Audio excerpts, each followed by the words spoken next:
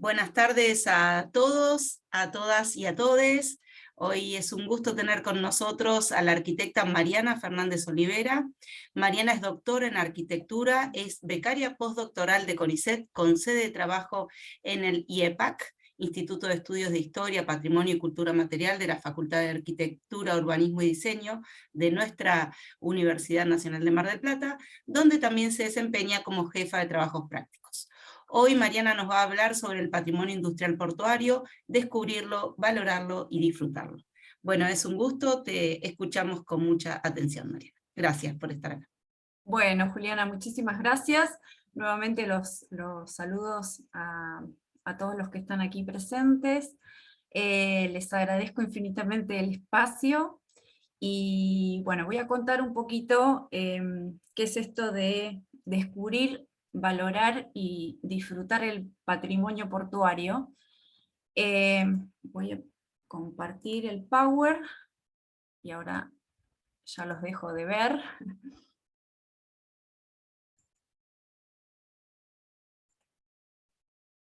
Bien, bueno, se ve, ¿no? Bien. Como para ponernos, digamos, en una base común, porque, bueno, sé que este es un espacio multidisciplinar, de gente de distintos lugares.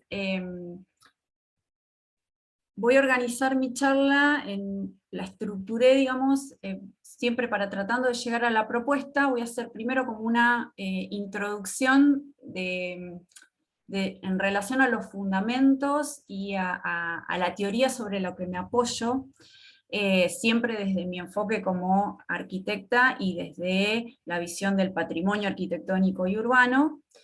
Luego voy a contar un poco el desarrollo de la investigación, y finalmente voy a exponer, digamos, los resultados a los que se abordaron, que tienen que ver con las propuestas específicas. En primera instancia me parecía importante que pudiéramos entender, entre todos los que estamos aquí, qué se entiende por patrimonio, cuál es la visión con la cual trabajo yo desde mi investigación y el grupo con el que trabajamos estas cuestiones. Y entendemos que el patrimonio es todo aquel aspecto del entorno que ayuda al habitante a identificarse con su propia comunidad, en el doble y profundo sentido de continuidad con una cultura común y de construcción de esa cultura. Esto último por considerar que el valor patrimonial no reside solo en el pasado, sino que estamos continuamente construyendo el patrimonio del futuro. Desde esta visión de este seminario del derecho a la ciudad, me parecía importante recalcar este enfoque que tiene que ver con apoyar el patrimonio principalmente desde y para la comunidad que construyó ese patrimonio y que es el que hoy continúa dándole valor, en una relación con ese entorno, entendiendo no solo al entorno como el entorno físico, sino también el entorno simbólico que le da sentido a ese patrimonio. Y desde esta visión del pasado hacia el futuro para poder darle continuidad. Este patrimonio arquitectónico, ustedes mejor que yo, por lo que estuve viendo en las distintas charlas que fueron abordando, entienden que es un derecho, y que es, digamos, un derecho a poder disfrutarlo a futuro, como un derecho colectivo. ¿Cómo se construye esa visión, digamos, del patrimonio? Bueno, a partir de estas tres cuestiones que aparecen acá, que con posterioridad a la Segunda Guerra Mundial aparecen nuevas miradas sobre ese típico patrimonio que nosotros tenemos de el museo histórico, tradicional, o la ciudad al estilo museístico, ¿no? Esto, a partir de la Segunda Guerra Mundial, en la segunda mitad del siglo XX, se va a modificar en una visión que, al incorporar esta visión más social, en un vínculo con la comunidad, se van a incorporar nuevos bienes dentro de las valoraciones. en ese abanico de cosas que se van a ir incorporando, van a aparecer el patrimonio modesto, el patrimonio moderno, y entre ellos va a aparecer el patrimonio industrial, que es con el que voy a trabajar específicamente. Dentro de esas visiones va a aparecer esta incorporación de los entornos, no el edificio considerado como un elemento aislado, sino en relación con el entorno en el que se inserta. ¿Qué pasa dentro de estas nuevas valoraciones con el patrimonio industrial y con el patrimonio industrial específicamente de los sectores portuarios? Este patrimonio industrial, por empezar, es un patrimonio que no tenemos tanta distancia histórica para valorarlo, sino que es un patrimonio más reciente, por lo tanto es un pasado más cercano, que no tiene las características típicas desde lo patrimonial, de lo estético, de lo antiguo, sino que estamos ante construcciones que nosotros desde la arquitectura llamamos construcciones más funcionalistas, que inclusive va en su propia historia a sufrir transformaciones y modificaciones por los propios procesos productivos a los cuales el edificio se va a tener que ir adaptando, con lo cual va a necesitar ser abordado de manera distinta en esas valoraciones. Asimismo, ese patrimonio industrial específicamente está vinculado a luchas, conflictos gremiales, reclamos, y un montón de cuestiones simbólicas que le dan sentido y le dan un carácter muy particular. En paralelo, todo lo que tenga que ver con los sectores portuarios va a empezar a tomar dimensión e importancia a escala internacional a partir aproximadamente de la década de los 70, cuando hay un cambio en lo que se refiere al transporte de mercaderías a nivel portuario, que aparece el container. A partir de la aparición del container, estos sectores portuarios a escala internacional, en algunos de sus sectores, o inclusive en la totalidad, van a quedar en desuso o desactivados. Entonces, se van a empezar a pensar diversas propuestas, primero desde la planificación urbana, para luego paulatinamente ir incorporando la cuestión que tenga que ver con lo patrimonial, y no abocarse nada más a las refuncionalizaciones, sino incorporar la cuestión de las tradiciones dentro de estos sectores.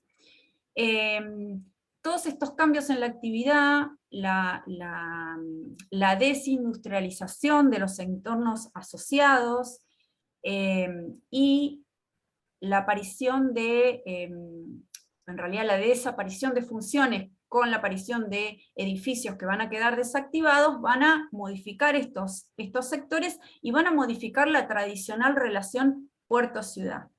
Hay un sinnúmero de experiencias que no voy a detallar ahora por una cuestión de tiempo, ¿sí? Pero básicamente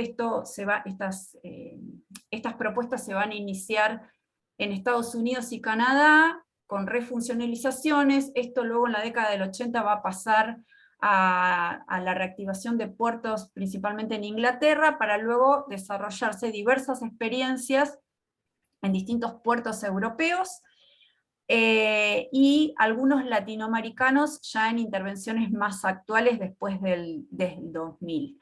Hay diversas experiencias, pero la mayoría de estas experiencias se centran en lo que es las intervenciones de los bordes costeros, o sea, del encuentro del mar con la ciudad, no tanto de los sectores urbanos aledaños a estas infraestructuras, que es con lo que yo voy a trabajar. No existen prácticamente propuestas integrales sobre la especificidad de los barrios portuarios. Yo voy a trabajar con el puerto, con el barrio portuario de la ciudad de Mar del Plata, voy a desarrollar específicamente una propuesta para ese caso, en donde la industria de la conserva va a ser el principal desarrollo de su patrimonio industrial, que ahora un poquito más adelante lo voy a explayar más detenidamente.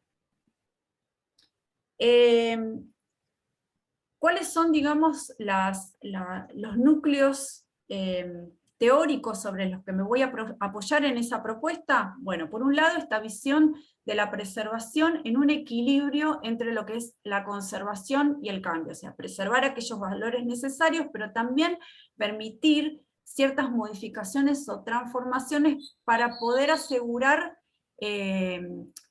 la continuidad y la adaptación de esos edificios a la vida contemporánea. Por otro lado, esta vinculación de los edificios con un entorno específico y no pensar al edificio de manera aislada.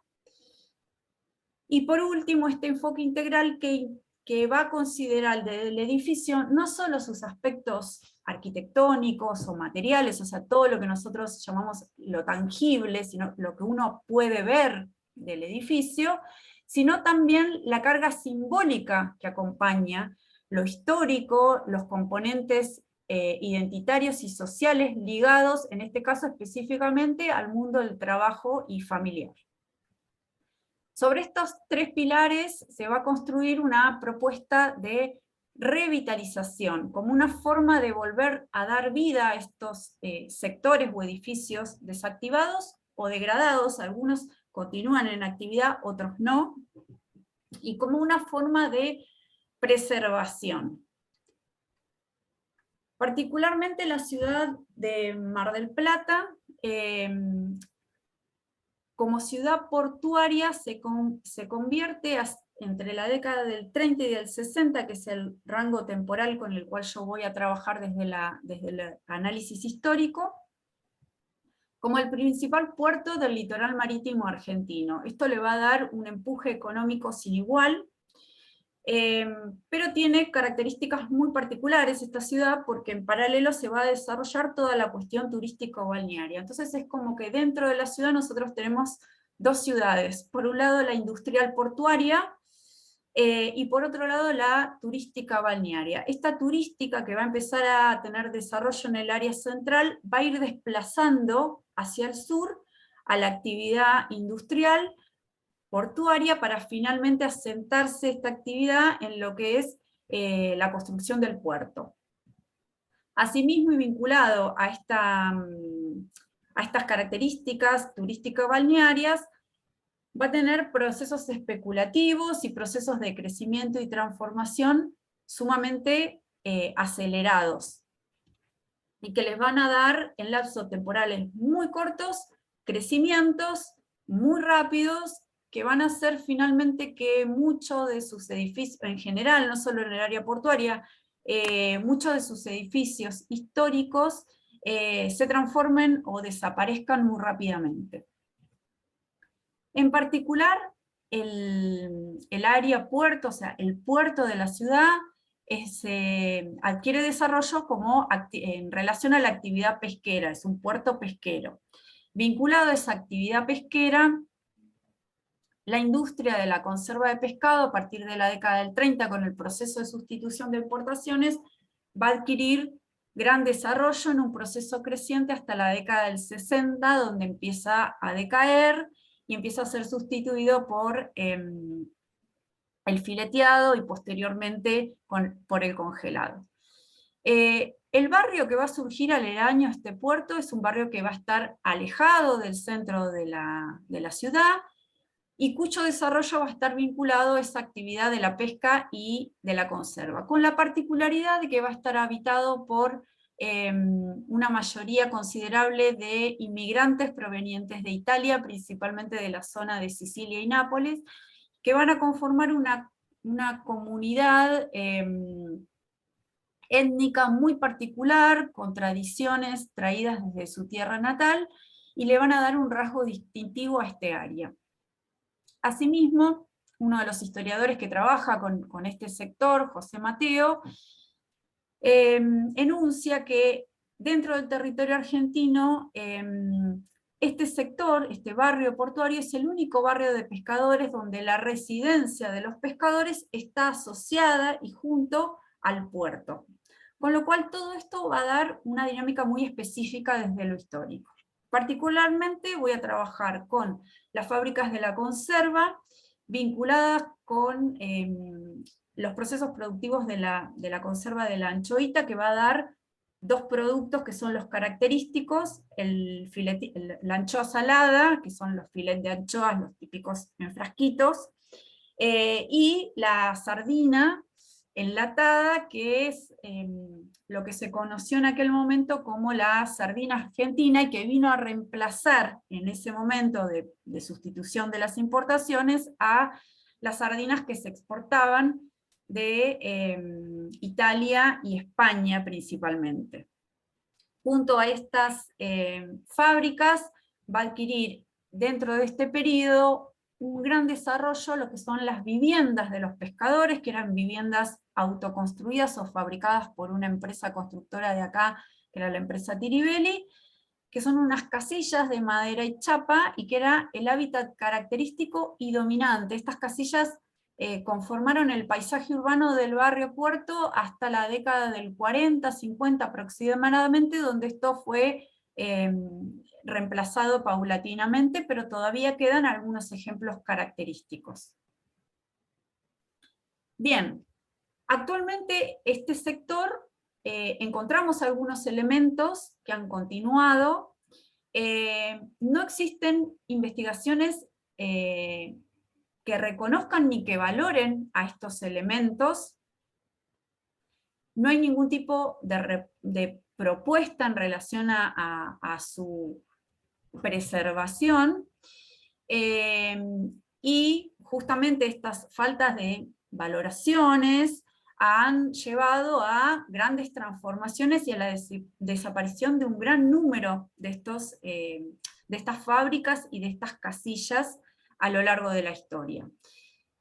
El sector, a su vez, se encuentra hacia el interior del barrio con fragmentos, con una gran degradación urbana, y por lo tanto, a partir de este estado de situación actual, más el vacío de conocimiento, la investigación se propuso aportar al conocimiento y al diseño de estrategias de revitalización para la preservación, o sea, revitalizar estos elementos para preservarlos, ¿sí?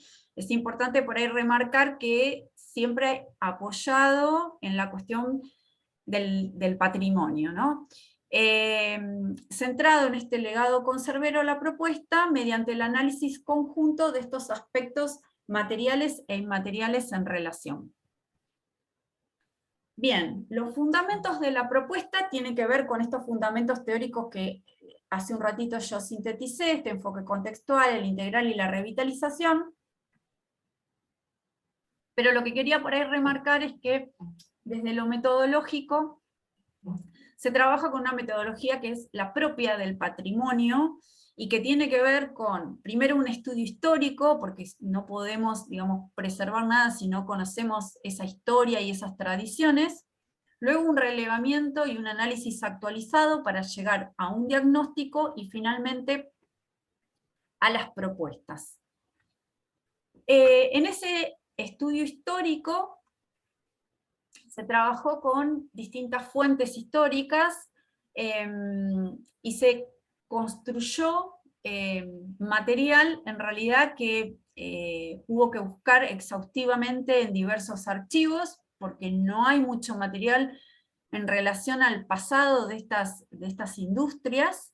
Se trabajó a su vez en paralelo con informantes claves y con entrevistas, y esto pudo reconstruir un poco el estado de situación en este periodo histórico, identificando, bueno, cómo estos pescadores que inicialmente se asentaban en la bahía Bristol fueron trasladados hacia la zona actual de la zona Güemes, para finalmente asentarse con el inicio de la construcción del puerto, que es en 1911, asentarse definitivamente en lo que se conoció como el pueblo de pescadores, que después adquirió el nombre de barrio portuario.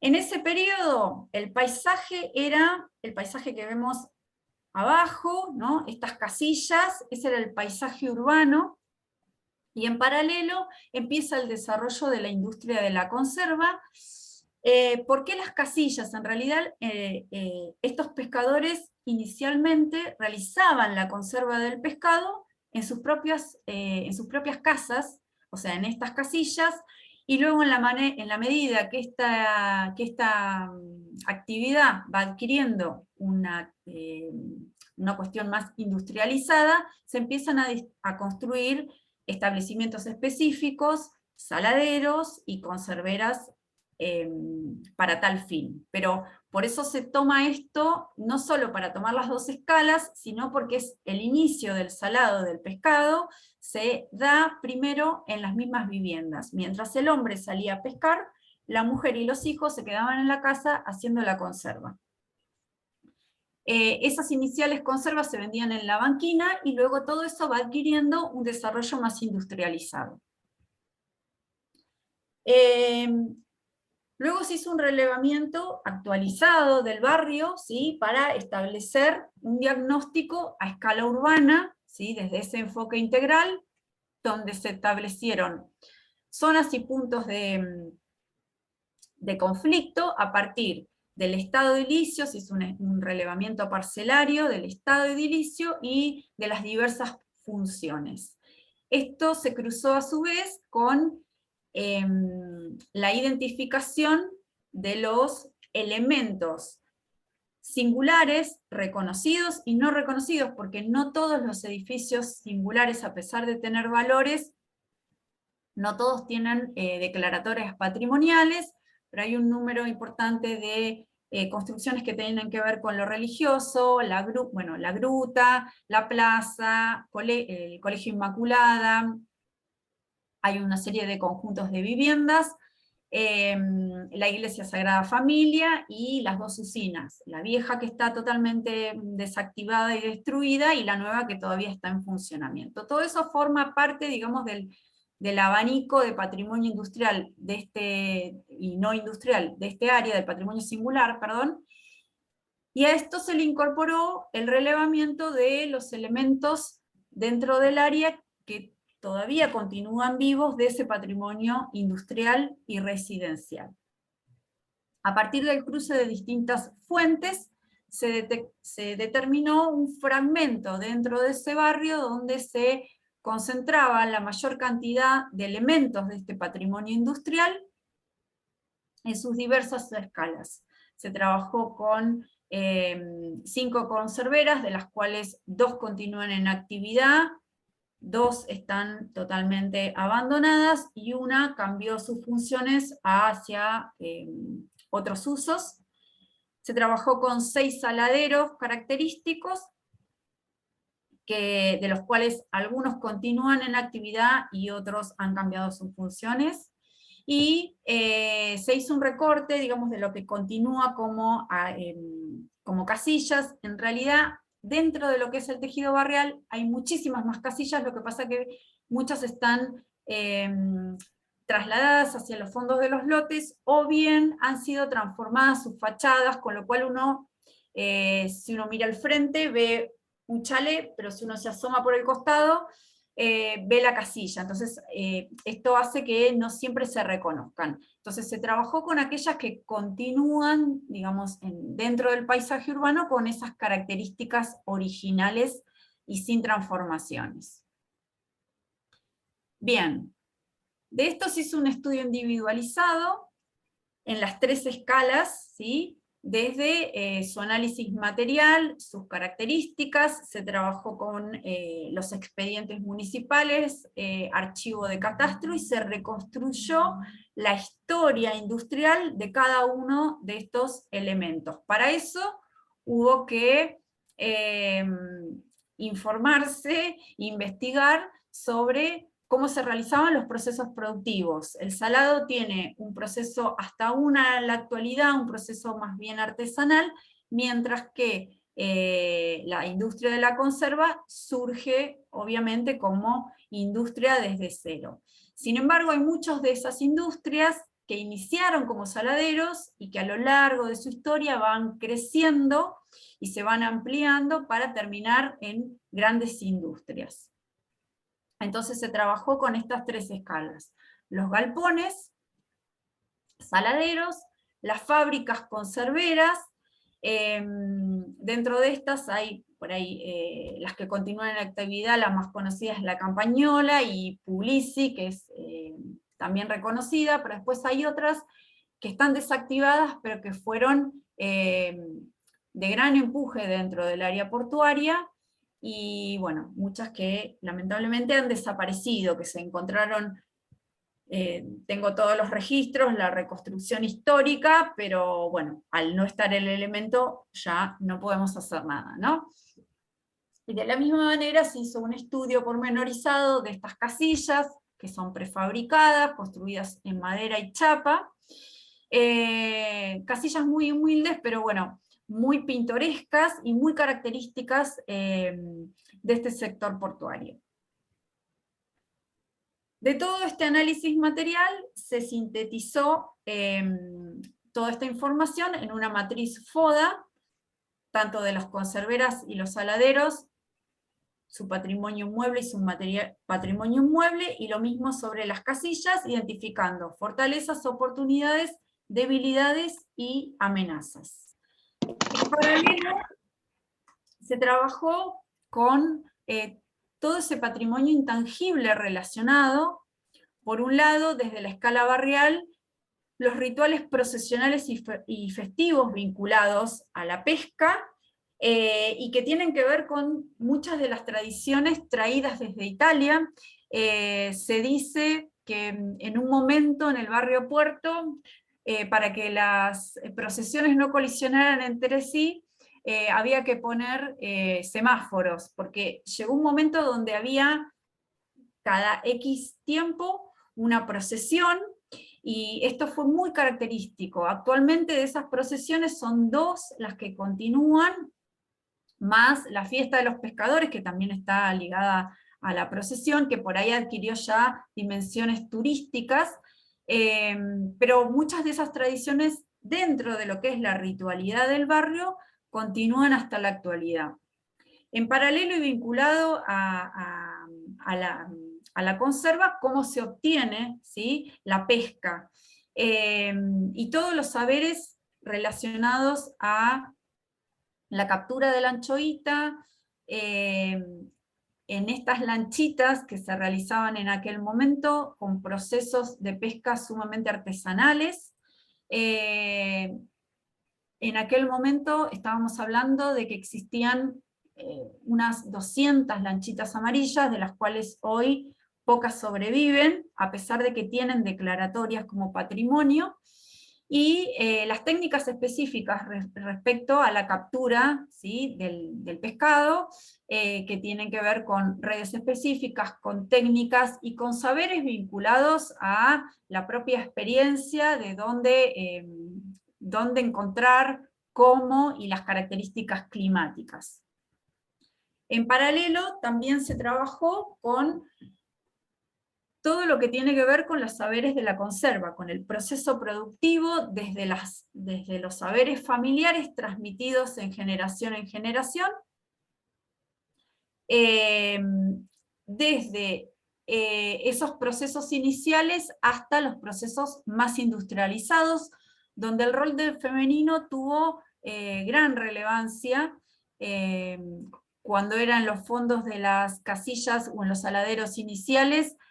La mujer con los hijos era la que producía, ¿sí?, este salado de la anchoita. Cuando fue los procesos más industrializados, eran las mujeres las que realizaban la tarea de todo el proceso en su totalidad para la conserva. Y junto a esto, ciertas recetas y secretos vinculados a específicamente esta industria conservera. Y con respecto a las casillas, bueno, ¿cómo era vivir en estas casillas? Estas casillas eran trasladables, y cómo se producía el salado dentro de estas viviendas, y qué experiencias tuvieron los habitantes que pudimos entrevistar, que continúan, digamos, en la actualidad. Bien, sobre estos saberes y tradiciones y cuestiones que tienen que ver más con lo intangible, también se construyó una matriz FODA, desde los saberes conserveros de la pesca, la conserva y la gastronomía, y las casillas con las fortalezas, oportunidades, debilidades y amenazas. Bien, a partir de todo este análisis material o inmaterial, cruzado con aquellas potencialidades y debilidades que se habían identificado dentro del fragmento desde un análisis urbano, se establecieron cuestiones sintéticas para poder abordar las propuestas de revitalización. En un marco urbano se tomaron las potencialidades que ese sector o que ese fragmento dentro de lo que es la escala barrial nos podían servir para plantear esas propuestas. Y eso tenía que ver con una buena ubicación y accesibilidad dentro de lo que es la ciudad, los paseos turísticos cercanos, consolidados, más sobre el sector puerto como infraestructura, algunas propuestas del plan estratégico que están enunciadas, pero que, bueno, quedan ahí y no se llegan a concretar, la cuestión de la identidad italiana y una serie de instituciones que están arraigadas en este sector y que tienen gran relevancia, un sector residencial consolidado en esta multifunción que tiene el área, donde conviven por un lado lo industrial, lo residencial, lo comercial, y esta mezcla de funciones, pero dentro de ese fragmento hay una consolidación de lo residencial que puede ser interesante, sobre todo en el término relacionados con propuestas para las casillas, y el patrimonio singular, reconocido y no reconocido dentro del área, y el contextual, que es relevante, en el cual se inserta este patrimonio industrial. Asimismo, se identificaron específicamente con respecto a esos elementos industriales factores positivos y negativos para, de alguna manera, potenciar o atenuar los negativos, ¿no? Dentro de esos factores positivos, la concentración dentro de un entorno histórico, dentro de un fragmento de todos estos elementos, desde el edilicio, la versatilidad funcional y la posibilidad que estos elementos pueden ofrecer para refuncionalizaciones o rehabilitaciones dentro de estructuras resistentes y que han continuado a pesar de hasta la actualidad. La existencia de componentes y archivos que continúan en manos de algunos de los descendientes y familiares. Acá por ahí tengo que nombrar que es muy importante el rol que ejerce el Museo del Hombre del Puerto para conservar estas cosas. La existencia de trabajadores industriales, trabajadores que fueron parte de esta historia y a los cuales se ha entrevistado y que todavía tienen un montón de cosas para contar de esa historia conservera. La continuidad del uso doméstico en el caso de las casillas, y la continuidad de técnicas, saberes y recetas específicas de la pesca y de la conserva que se mantienen hasta la actualidad. Como cuestiones negativas, bueno, que muchas de estas fábricas quebraron principalmente en los 90, y muchas de ellas han desaparecido. Esto provocó destrucciones sin reemplazos o modificaciones y ampliaciones desacertadas. No hay ningún tipo de propuesta de nada, no hay difusión sobre estos elementos, no son elementos conocidos. Esto ha llevado a pérdidas no solo de sus de edilicias, sino también de elementos muebles que por ahí pueden ayudar a reconstruir cómo eran esos procesos. Y lo mismo con respecto a las residencias, que inclusive con los recambios habitacionales hay una pérdida de esas técnicas y saberes en relación a la construcción de esas casillas, con una falta de mantenimiento y abandono. Bien, a partir de esto se plantearon entonces 3 ejes que tienen que ver con ejes estratégicos para plantear las acciones. Un primer eje que tiene que ver con difundir, cuya estrategia es conocer y transmitir los valores tangibles e intangibles de este legado, como principio para su valoración y reconocimiento, involucrando a la comunidad residente y originaria en el proceso. No perder de vista esto de incorporar a la comunidad. Todo esto para descubrir y valorar este patrimonio.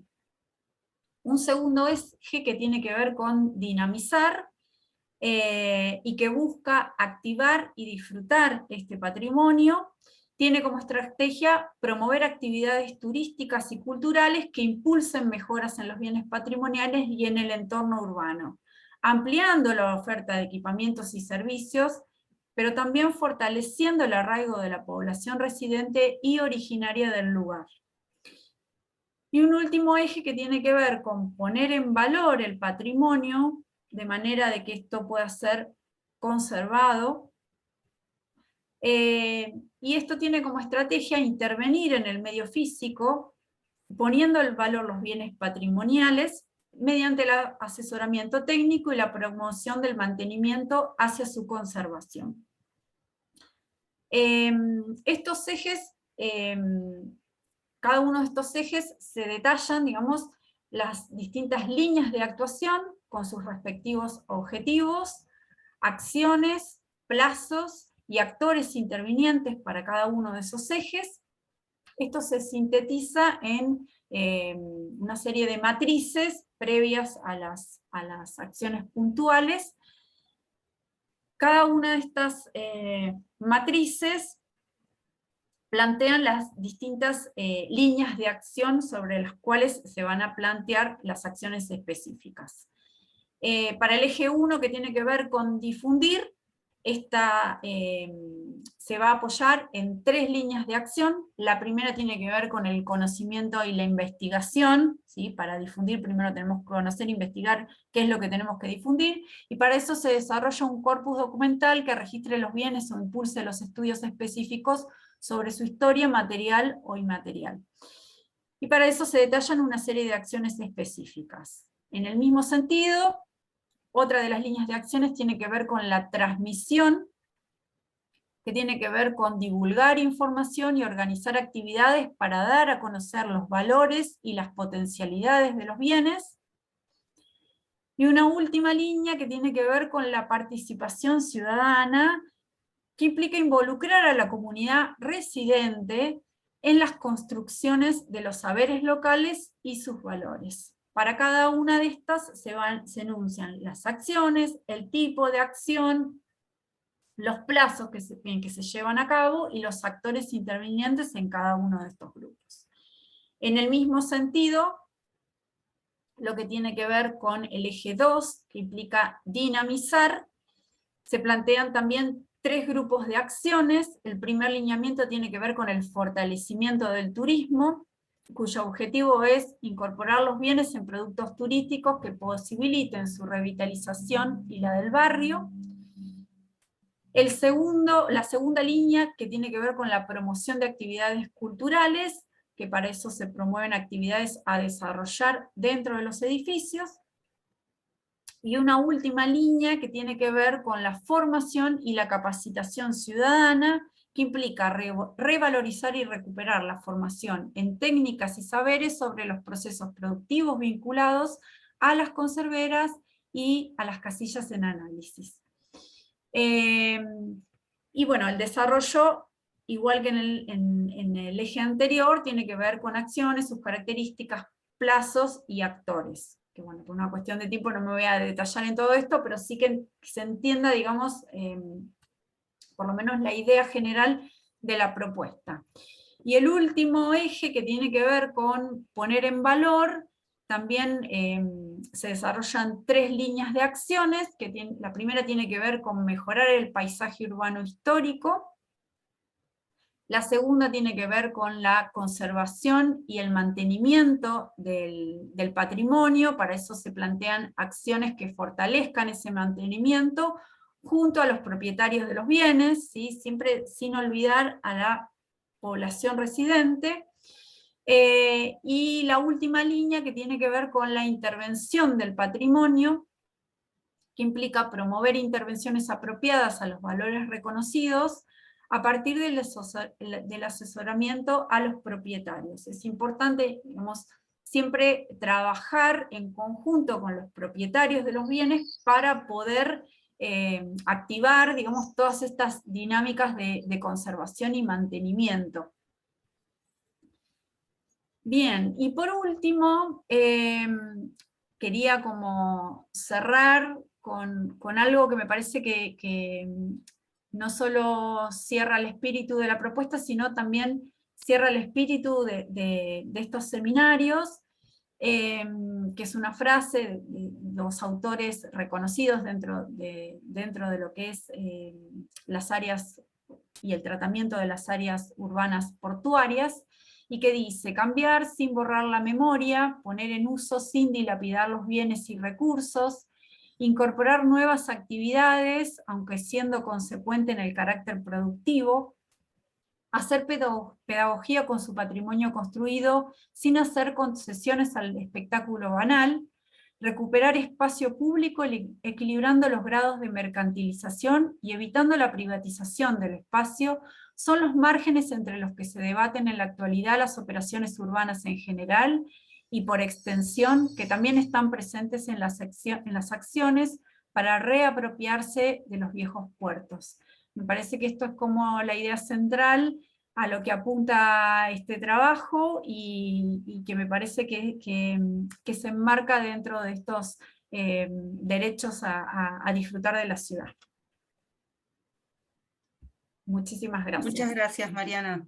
Bueno, muchísimas gracias, Mariana, estuvo excelente. Un montón de cosas que quedan en el camino, porque le metía pata por el tiempo, porque no me quería extender, pero bueno, hay muchas cosas que por ahí no se pueden contar dentro del rango temporal, ¿no? Se notaba que había mucho contenido, sí. Muy completo, muy exhaustivo, y bueno, ahora sí abrimos el debate para todas las preguntas, comentarios que quieran hacer. Saben cómo es la modalidad. Levantan la mano.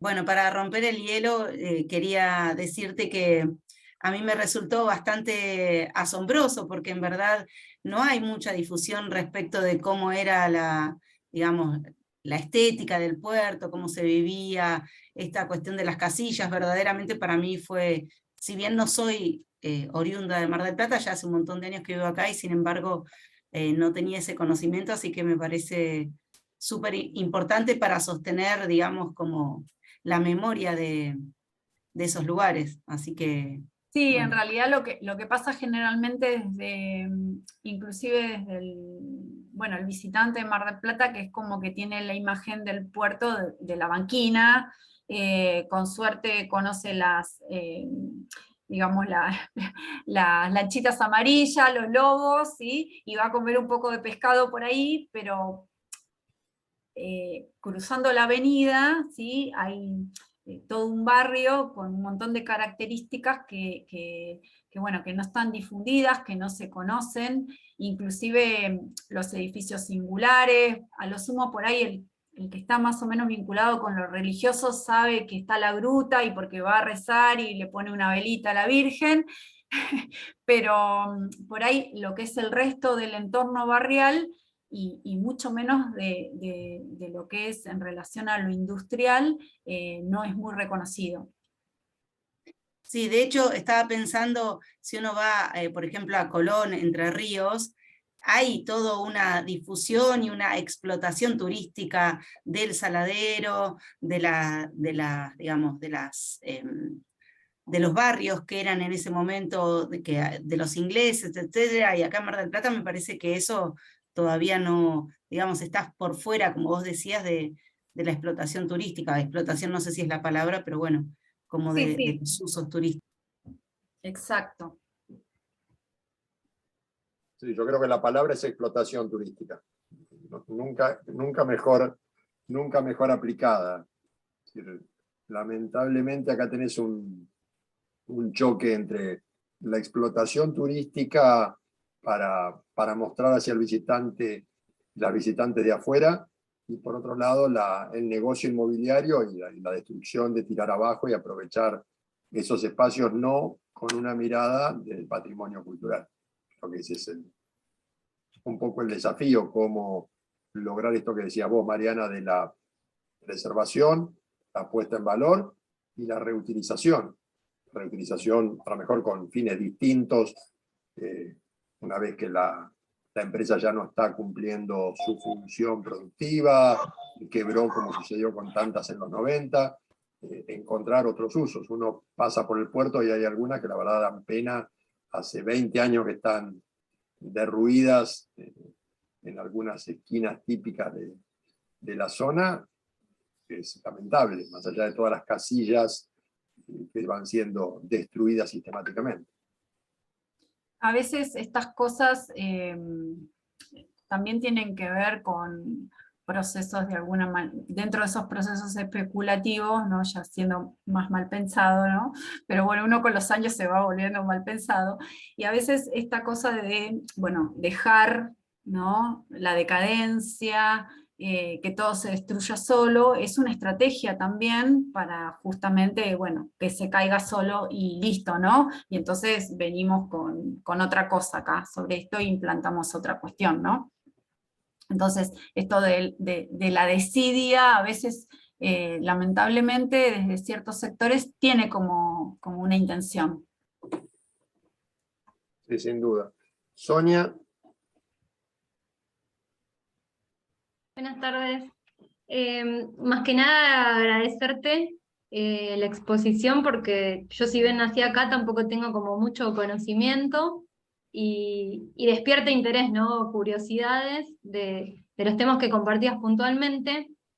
Y me quedé pensando cuando decías que se fue como trasladando, ¿no?, hasta quedar ahora en el sector, digamos, sur, de las playas del centro. Me quedé pensando si el muelle de los pescadores fue construido o si tenía que ver con la actividad en sí, ¿no? Que ahora no sé mucho al respecto, pero pareciera que es una parte que está privatizada, el muelle, el que estaría como en la parte de lo que donde estaba el cartel de Quilmes o de Celusal, ¿no? Toda esa zona del centro.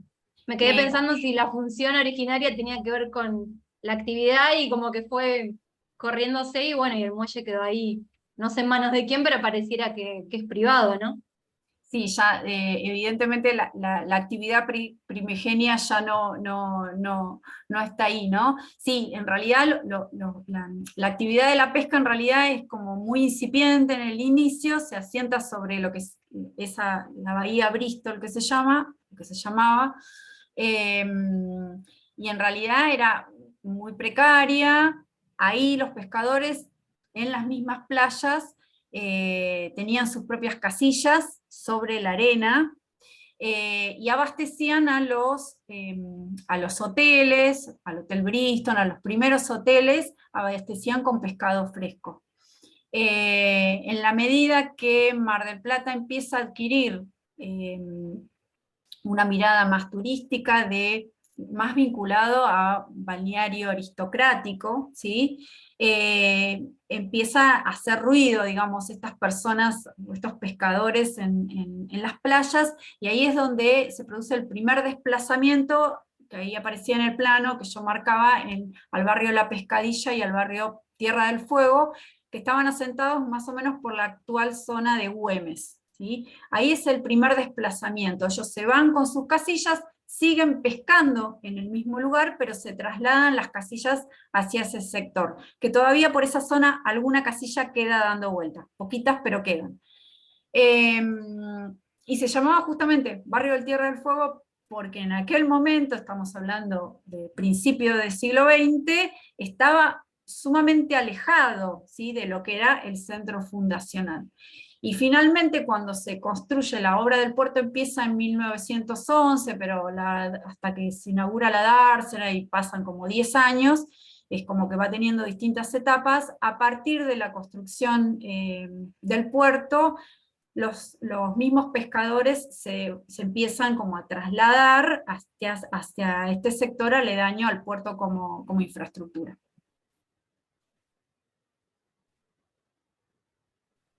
Gracias, Mariana. Pablo.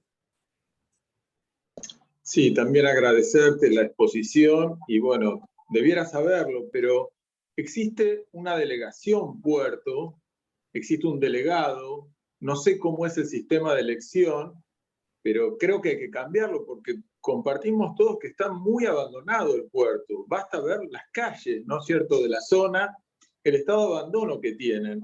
Y en cuanto al patrimonio histórico, no mencionaste, y acá pienso en los artistas como Siqueiros, el silo, que no sabría si está funcionando o no, o en base a la SISI ya no tiene la funcionalidad que tenía entonces, supongo que no, pero entiendo que puede utilizarse también. Sí. Y por otra parte, sé que el puerto tiene una organización que es muy de avanzada, que es un clúster geográfico. Es una estructura de organizaciones en racimo, donde están en un sector muy cercano, no solo los trabajadores del puerto, sino que están los proveedores, está la aduana, la prefectura, está la escuela de pesca. Esto fue programado y es muy de avanzada. Así que bueno, si puedo tener respuesta a esas preguntas, y si no, de todas maneras, muchísimas gracias por la exposición. Gracias, Pablo. Mirá, en relación a la delegación, yo no soy muy especialista, digamos, en lo que es lo administrativo municipal, pero entiendo que justamente es solamente una delegación administrativa, que vos ahí lo que haces, supongo que te referís a la delegación que está junto a lo que es la vieja usina. Vos ahí lo que haces solamente son trámites municipales, pero todo igual depende, digamos, en última instancia de la municipalidad. Entiendo yo, no sé si vos tenés otro tipo de información. Claro, por ejemplo, Batán tiene un delegado. Quiere decir que debiéramos culpar al intendente, porque no hay un delegado responsable. No lo sé verdaderamente.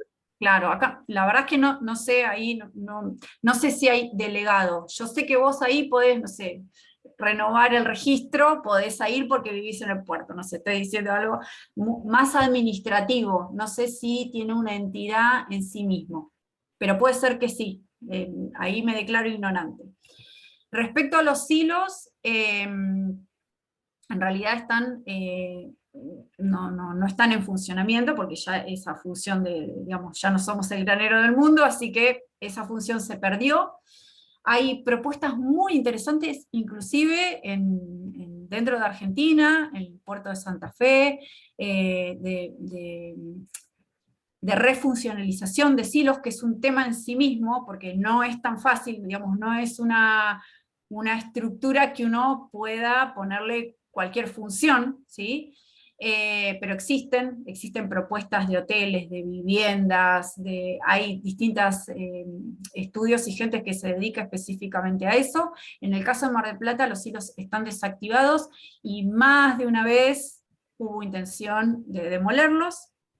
Por suerte con estas cosas, tipo el Festival Marea y estas cosas que aparecen, es como que, bueno, aunque sea, hacen algo que decís, bueno, no lo van a tirar, ¿sí? Pero no hay tampoco ningún tipo ni de propuesta, ni de investigación, ni nada. Yo no lo nombré por ahí porque en realidad yo voy de la avenida para el otro lado, ¿sí? Y no me meto con lo que es la infraestructura en sí, porque de hecho hay fábricas también en lo que es en la parte específicamente de la infraestructura portuaria, hay una serie de fábricas y de cosas del otro lado, pero hago yo un recorte para lo que es la estructura barrial. Y no me acuerdo qué otra cosa me habías preguntado, lo último. El último punto, la organización es muy novedosa porque es un clúster geográfico, sí. Está organizado en racimos, ¿no? Cosa que sí. Todos se retroalimentan. En realidad lo que sucede ahí, ya es una cuestión macro, donde hay una parte del sistema, digamos, que entra en crisis todo el sistema, ¿sí? Porque desde esta cosa básica que yo contaba de que, bueno, yo para... digamos, si no tengo pescado no puedo hacer la conserva, ¿no? O no puedo fabricar nada. Entonces, desde esa cosa elemental, ¿sí? Hasta esta cosa más macro que vos hablás de cómo se organiza la infraestructura del puerto, hace que todo esto esté en una mancomunada relación y necesariamente tiene que tener un equilibrio para poder funcionar. Donde hay algo que no funciona, eso afecta a todo el sistema en sí.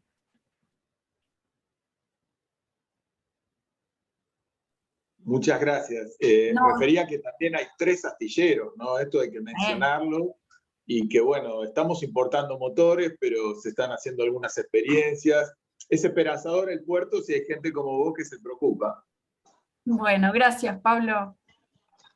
Los astilleros están, la verdad, con mucho trabajo y exportando. Sí. Así que viene fuerte todo el tema y ahora, bueno, no quiero agregar acá la cuestión de la exploración offshore, pero es todo otro tema que viene y viene fuerte. Ahí ya se ha pronunciado la CGT local después de toda una serie de estudios apoyando todo eso, con lo cual van a arrancar una serie de cursos, seminarios y bastante movimiento. Ahí creo haber conocido a Pablo, tu padre, en el Colegio Nacional, pone alguien. Sí, puede haber sido a mi padre o puede ser a mí en el Colegio Nacional. No sé a cuál de los dos. Yo acuso 57, 58 en edad escolar por estar adelantado un año, así que a partir de ahí pueden hacer el rastreo. Asumo lo que me toque. Sí, Sandra, ¿tenés una pregunta ahí? Sandra, desde Ecuador. Buenas tardes, disculpen que no pueda prender la cámara, estoy en el trabajo. En todo caso, más que hacer una pregunta, felicitarle a la doctora Mariana Fernández, un tema interesante, la verdad, primera vez que escucho así bajo esa denominación de el patrimonio industrial. Más he estado involucrado, he revisado sobre el patrimonio cultural, acá tenemos un ministerio de Patrimonio y Cultura.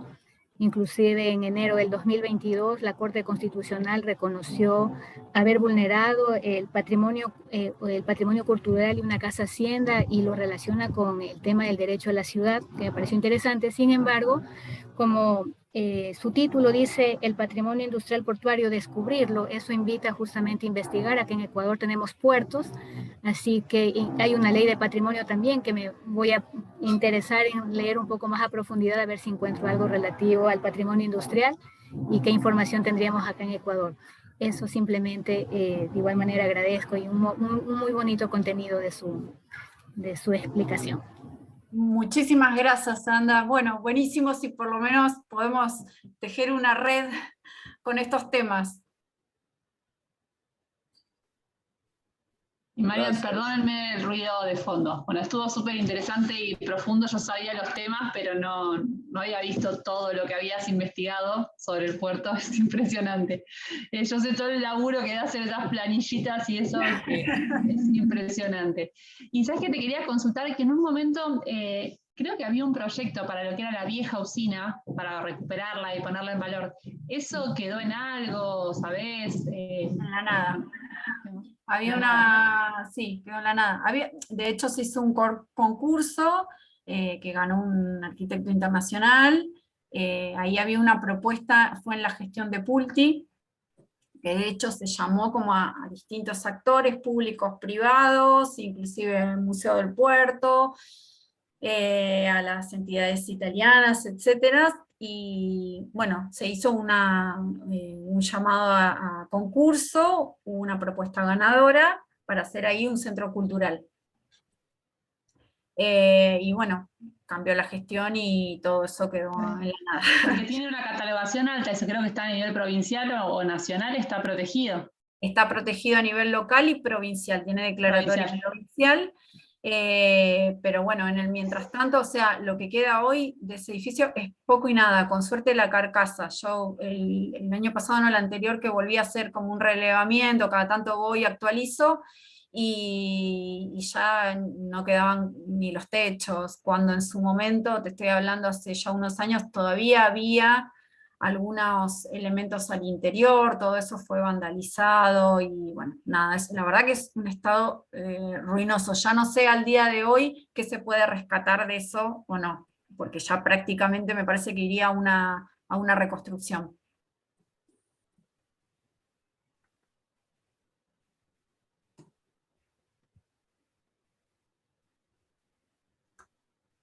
Siempre Gracias, uno se queda Mariana, sí. pensando, ¿no? Qué lástima cuando se cambia la gestión y no continúan los proyectos, pero es algo como que sucede habitualmente. Es una locura porque de Es hecho una locura, sí. en el plan estratégico hay propuestas para el sector puerto, para el área, y bueno, nada de todo eso, o sea, acertadas o no, hay cosas, pero nada de eso se ejecuta, con lo cual es una pérdida de energía en cosas que no se llevan a cabo.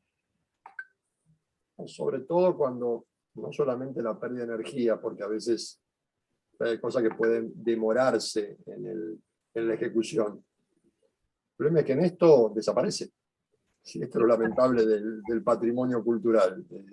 Ya después es tarde, ya no está. Sí, porque en unos pocos años, digamos, todo esto se va perdiendo. La usina que yo conocí hace unos cuantos años ya no está, porque fue vandalizada, etcétera, y así con todo. Sí, sí, más ya el traslado del puerto, la forma que tiene el puerto, si bien están tratando de revitalizar algunos aspectos, no tiene nada que ver con el puerto que conocimos los que tenemos algunos años más, pero yo siempre tengo ese recuerdo que me llevaba mi abuelo cuando tenía 8 o 10 años a comer en la banquina, y tenía justamente un aspecto tangible, pero otro aspecto intangible de nuestra cultura, sin ser alguien trabajador del puerto, con familia en el puerto, pero era parte de un paseo cultural que se perdió. Se perdió, lamentablemente. Y difícil recuperarlo si no hay una política realmente oficial. A veces dejarlo en manos de las organizaciones y de la lucha popular para eso es muy difícil. Se hace en una situación muy despareja en cuanto a posibilidades, económicas de mantenimiento. Esto que señalaste vos de dejo que se destruya, dejo que se venga abajo, hay otros negocios, y frente a eso son pocas las chances que uno tiene. Incluso la declaración de patrimonio, si después no va acompañada de un financiamiento serio, termina con tirémoslo abajo porque la verdad no sirve. No, tal cual. Y termina siendo cierto que no sirve, porque intencionadamente no sirve. Es el doble juego. Bueno, no sé si hay alguien más que quiera hacer algún otro comentario. Ahí pasé una foto por WhatsApp, porque yo no la podría compartir, pero mencioné a Siqueiro, porque quien vio la película sabe que cuando estuvo en la Argentina, él quería hacer la obra en Los Silos. Pero hoy hay una inquietud ya definida por parte de los muralistas.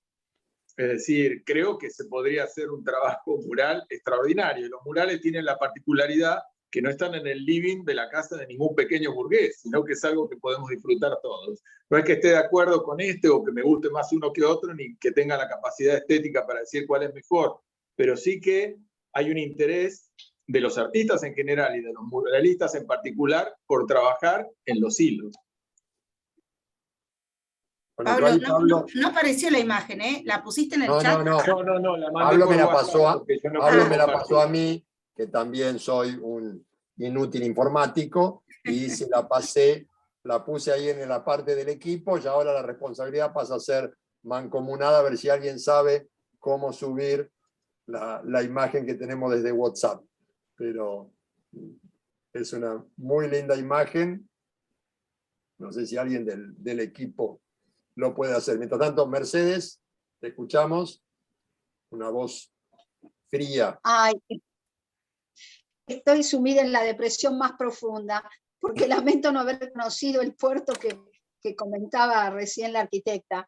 Y bueno, porque si bien no soy de Mar del Plata, es una ciudad a la cual he frecuentado mucho, pero nunca fui, excepto a comer alguna noche algún boliche del puerto. Pero me perdí el puerto que me contaba ella, y bueno, me hubiera encantado conocerlo. Yo como porteña conocí, bueno, Puerto Madero, y lamento lo que es Puerto Madero hoy, y bueno, y vivo en Palermo, paso un poco entre Gallegos y Palermo, ¿no? Y Palermo sí lo conocí bien, y realmente ver en lo que se ha convertido también Palermo en Buenos Aires, este último viaje que estuve caminé bastante y realmente es deprimente. Las torres esas gigantescas, se perdió el barrio de Palermo, es algo totalmente desconocido para mí.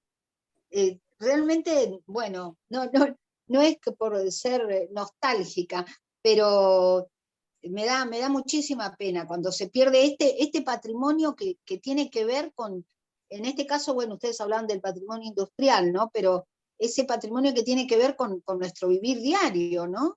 Donde nuestro barrio salíamos, íbamos al supermercado y nos conocíamos, y mi marido, que es veterinario, conocía a los perros, los dueños de los perros, nos saludamos.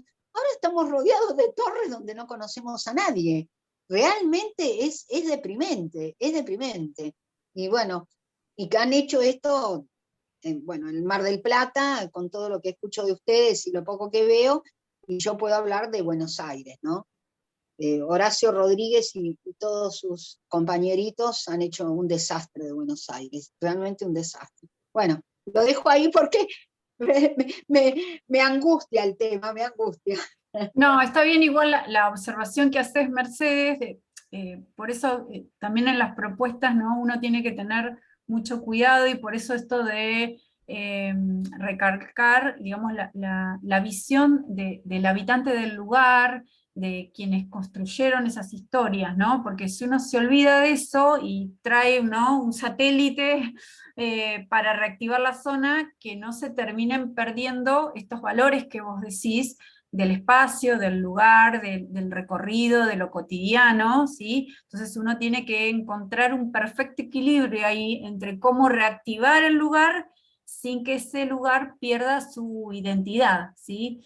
Entonces es muy difícil, pero bueno, es la intención de la propuesta, ¿no? Que no sean esto que vos decís, que no pasen a ser grandes torres, ¿sí? Ni que tampoco sea un sector degradado.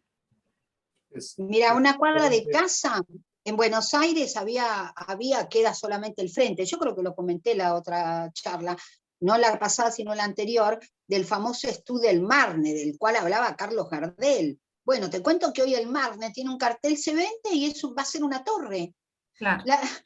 Es terrible, porque yo pasaba por el Marne y era la historia no sé, de mi papá, la historia mía, haber escuchado siempre hablar del estudio del Marne. Y mi marido, que es veterinario, iba a ver a los caballos, a los estudios que había cerca de casa. Y ya son todas torres, ya no vemos más un estudio en el barrio donde nosotros vivimos, que vivimos frente al hipódromo. Y realmente el barrio es otro. Nosotros lo vemos y decimos, hemos perdido ese lugar que nos contenía, porque ya no nos contiene. Es algo, y todo ha sido así, la fábrica de gas carbo, no sé, la abadía que está cerca, bueno, todo ha ido desapareciendo de una manera u otra, y bueno, nos sentimos como extraños en el lugar. Nosotros, que somos gente grande, viste, decimos, bueno, este lugar no nos contiene. Y acá en Gallegos, que yo vivo hace 30 años también, he visto también cómo se ha modificado Gallegos, y bueno, la zona del puerto donde estaba el famoso frigorífico Swift. Estaba pensando hace un rato que ahí pusieron una agencia de autos y está llena de autos, y ya no está lo que nosotros habíamos visto. Las locomotoras a vapor que llegaban a 4 o 5 cuadras de mi casa, y con mi nena bebé íbamos a ver las locomotoras a vapor. Eso ya tampoco existe, está todo tapado. Bueno, no, es algo terrible, ¿no? Cuando vas viendo que inclusive, no solamente por lo que nos pasa a nosotros, que esto es algo personal, ¿no?, sino con la identidad del lugar. Yo vivo en una casa de chapa, madera, papel de diario y bolsa de arpillera, una casa que fue construida en el año 1928, va a cumplir pronto mi casa 100 años, y de esas casas en Gallegos quedan poquitísimas. La municipalidad sí me dio un cartel para que lo ponga, todo, pero realmente no se hace nada por eso. O sea, es algo lamentable, pero es así, ¿no? No, es que, a ver, lo que vos señalás, Mercedes, un poco lo que es el eje que venimos tratando de discutir de acá hace 2 años. El planteo del derecho a la ciudad es un planteo muy complejo, porque es cómo construimos una sociedad del futuro, cómo vamos realmente creciendo, incorporando la tecnología, incorporando todo lo positivo, y al mismo tiempo no haciendo tabla rasa del pasado. Es decir, ¿cómo logramos eso que Mariana decía muy bien, ese equilibrio? Porque si yo me quedo con todo lo del pasado, seguimos en las cavernas. Y el progreso incorpora un montón de aspectos positivos. Ahora bien, esos aspectos positivos no deben barrer con todo el pasado, porque hay un montón de cosas del pasado que son valiosas. ¿Cuáles cosas son valiosas y cuáles no lo son? Eso es parte de una discusión, de un debate, que es un debate en el que tenemos que dar todas y todos. Es así. Y un debate, yo creo que permanente. Pablo, en el caso Sí. concreto de Buenos Aires, yo veo torres, y aparte tengo amigos ingenieros, arquitectos, se han construido unas torres monstruosas que muchas de ellas inclusive están vacías porque la población de Buenos Aires no se ha modificado. Es solamente una especulación inmobiliaria, nada más que eso. O sea, las casas con esos patios, esos parrales, hay edificios vacíos y edificios donde los pocos departamentos que están habitados, ¿quiénes pueden acceder que valen millones de dólares? Eso no tiene nada que ver con el progreso. Yo te hablo del caso de Palermo, ¿no? Eso es lo que llamamos proceso de gentrificación o gentrificación, que es propio de, lamentablemente, todas las ciudades capitalistas en esta última etapa, de un incremento desmesurado del valor del suelo, de la propiedad y de negocio inmobiliario, que nosotros acá lo vemos en Mar del Plata con una explosión de la ciudad hacia afuera, en el que ya es imposible comprar un terreno en la zona más urbana y hay que ir cada vez más yendo hacia un periurbano, hacia afuera. Mar del Plata ha explotado hacia el sur de una manera impresionante los últimos 20 años. Ahora, existe una contradicción propia dentro del sistema capitalista. El sistema capitalista, por un lado, viene en esa etapa de globalización. La globalización hace que Mar del Plata, cuando estaba en un shopping, es igual que en Miami o en Barcelona, y el tipo de ropa y las costumbres son iguales.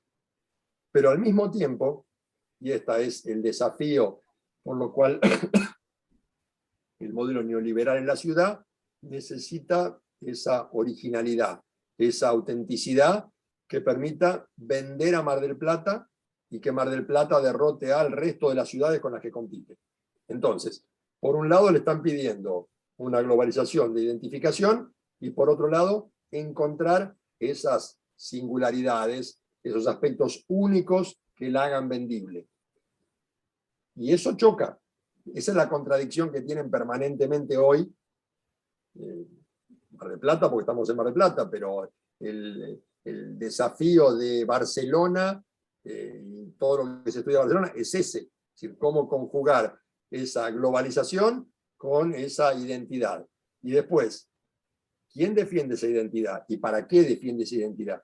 ¿Es una identidad para un uso y goce de quienes habitan esa ciudad? ¿O es una identidad para venderla? ¿Es una identidad para que la disfrute quien viene a hacer turismo y no la gente que está en la ciudad? ¿Es el Museo Guggenheim de Bilbao? ¿O es las viejas usinas que tenían en Bilbao? Es decir, ¿qué es lo que se está protegiendo en esa identidad? Y esta es una discusión compleja, en la que, lamentablemente, en mi opinión, se vienen imponiendo los sectores del capital especulativo y los sectores inmobiliarios. Son los que tienen la decisión dentro de la ciudad.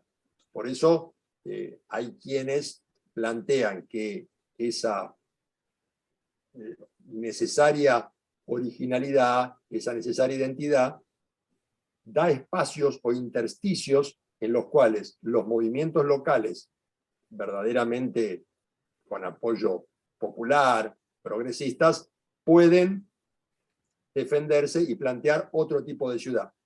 Porque el riesgo está en que quienes lo estén defendiendo, quienes estén defendiendo ese espacio, lo estén haciendo desde un punto de vista de ese neofascismo de la ciudad. Los sectores autoritarios que dicen, no vengas a mi barrio, porque en mi barrio no quiero gente de color, o gente pobre, o gente que no me gusta que el aspecto que tiene. Entonces me cierro. Lo que vemos hoy en Mar del Plata con discusiones sobre usurpación de terreno. Lucha de pobres contra pobres.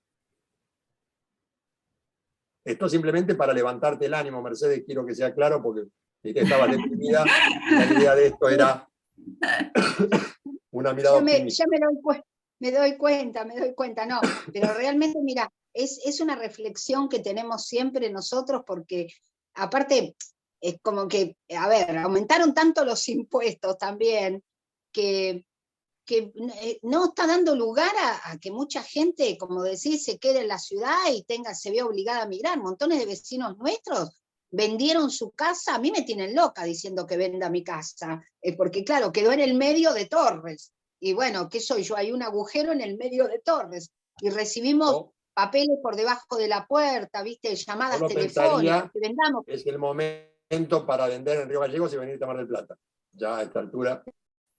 A más cerca de tu hija que está en Buenos Aires, tiene mucha más lógica. Sí, bueno, Mar del Plata y Gallegos y Buenos Aires, pero nosotros, yo paso por la vereda de enfrente de mi casa en Buenos Aires y me encanta. Yo digo, es mi barrio, y tengo una torre al lado y tengo otra torre al costado. No, es terrible, es terrible. Es así, ahí dice Nico, eso es violencia inmobiliaria, es cierto. Es cierto, es cierto. Bueno, no sé si hay alguien más que quiera hacer algún otro comentario. Acá no sé si sabes, Mariana, pero nosotros reservamos el aplauso a micrófono abierto cuando terminamos ya todo el debate. Una sola cosa puedo decirte. Sí, todo lo que quieras. Le decía a mi marido, vos fíjate que la gente va a Europa a emocionarse con el Museo de Ana Frank, va a emocionarse con los campos de concentración, y acá en Argentina tratan de eliminar todo lo que tiene que ver con nuestra historia. Nuestros campos de concentración los quieren limpiar, y es más, han limpiado algunos. Bueno, eso es parte justamente del debate, y eso está específicamente trabajado por toda la protección que hay en materia de memoria de esos espacios. De hecho, en el encuentro de la semana pasada vos justamente estabas de viaje, pero estuvimos trabajando con la gente acá del Faro de la Memoria, que es un espacio que está justamente en rehabilitación, en recuperación. Estuvieron contando todo un proceso muy complejo en el que hoy está comprometida la Universidad de Mar del Plata también en su recuperación, pero que, para que tengas una idea, en un momento dado había sido privatizado con la intención de utilizarlo como lugar de fiestas, para ocultarlo. Entonces, toda una recuperación, una lucha, una puesta en valor, la verdad es un espacio que vale la pena y que es muy importante conocerlo, uno por el aspecto tangible, pero sobre todo por lo que implican esos espacios. Lo mismo que lo que tenemos en la ciudad, marcas y señalizaciones a lo largo de toda la ciudad, que eso también está mucho en Buenos Aires, yo lo he visto, señalando aquí desapareció una persona, aquí sucedió tal o Las baldosas por la memoria. Que eso, Sí, por mi barrio tenemos alguna que otra baldosa, sí, también. Pero...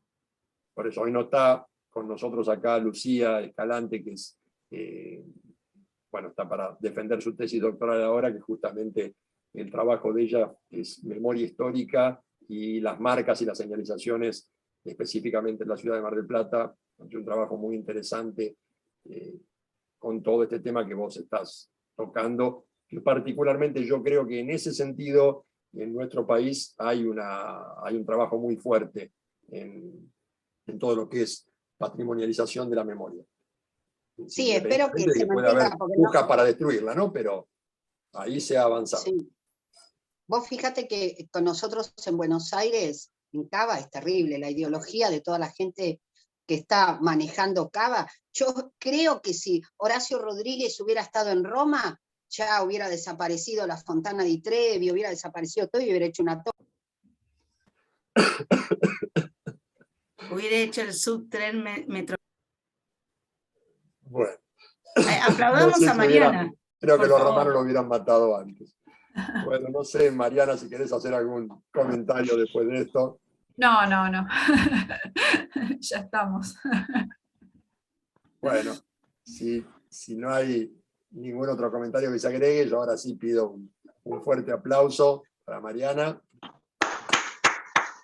Bueno, muchas gracias. Gracias por escuchar y por interesarse. No, muchísimas gracias a vos, la verdad el aporte es invaluable, es un tema que nos interesa mucho y que es bueno que se conozca, que se difunda. Esto que te señalaban de Sandra de Ecuador o Mercedes del sur, que por ahí no es gente que está acá en la ciudad, con lo cual estamos más cerca y mal que mal podemos no conocer el puerto, pero algunos hemos pasado por ahí, ni que hablar para aquellas personas que están fuera y que no conocen la realidad de Mar del Plata. Así que, Yo fui a una parte del gracias. puerto cuando estaba estudiando en físico desde el 2018. Fui a una parte del puerto y unas fotos que vi de los barcos, ahí me tomé con los lobos marinos, una foto, así que me gustó mucho esa parte. Una partecita Bueno, que pude visitar, gracias. gracias a vos, Sandra. Y bueno, Juli, si te dejo para el cierre. Bueno, agradecerte, Mariana, tu trabajo, que es un trabajo que también va a servir para las autoridades, supongo, para futuros proyectos, así que ese insumo que da la universidad para la comunidad me parece clave, así que se notaba además que había muchísimo contenido, vos lo mostraste en tus powers, pero bueno, supongo que tu tesis debe haber sido bastante, digamos, pormenorizada, así que bueno, agradecerte eso, tu trabajo básicamente, y tu presencia acá. Esperemos volver a encontrarnos, agradecer a Estefanía, que siempre hace el nexo con las arquitectas, y bueno, y a todos los que nos acompañan hoy, y nos seguiremos encontrando la próxima, que anden bien. Nos seguiremos la semana que viene, que tenemos Sí. una invitada de lujo la próxima semana, no Sí. quiero anticipar nada, pero la doctora Tumini nos va a estar deleitando la próxima semana, así que Bueno, estaremos con ella también. Bueno, gente, buen cuídense. fin de semana y nos Bueno, estamos adiós. viendo. Gracias a todas y todos. Muchas